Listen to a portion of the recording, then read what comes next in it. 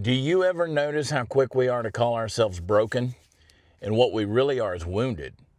You take a heartbreak or a failure or a moment that just kind of knocks the wind out of you, and you immediately just stamp the label broken across your soul like that's a final verdict.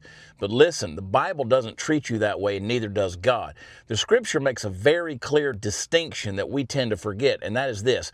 The Bible talks about being broken, and when it does, it's not talking about being destroyed or beyond repair. It's talking about a heart that's finally humbled before God and open to Him and surrendered and honest. And listen, Psalm 34 says that God's near the brokenhearted, not because they're ruined, but because they're finally reachable.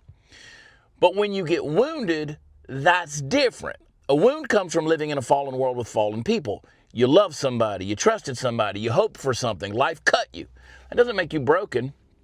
It makes you human.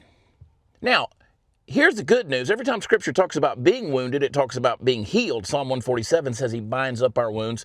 Isaiah 53 says that His wounds are what heals us. You don't serve a God that leaves you bleeding.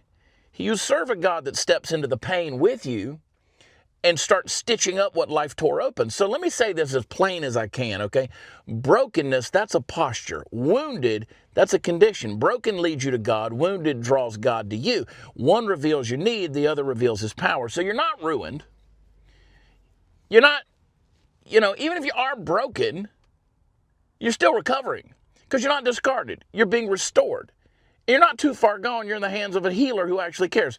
So stop walking around calling yourself broken when God's calling you His beloved.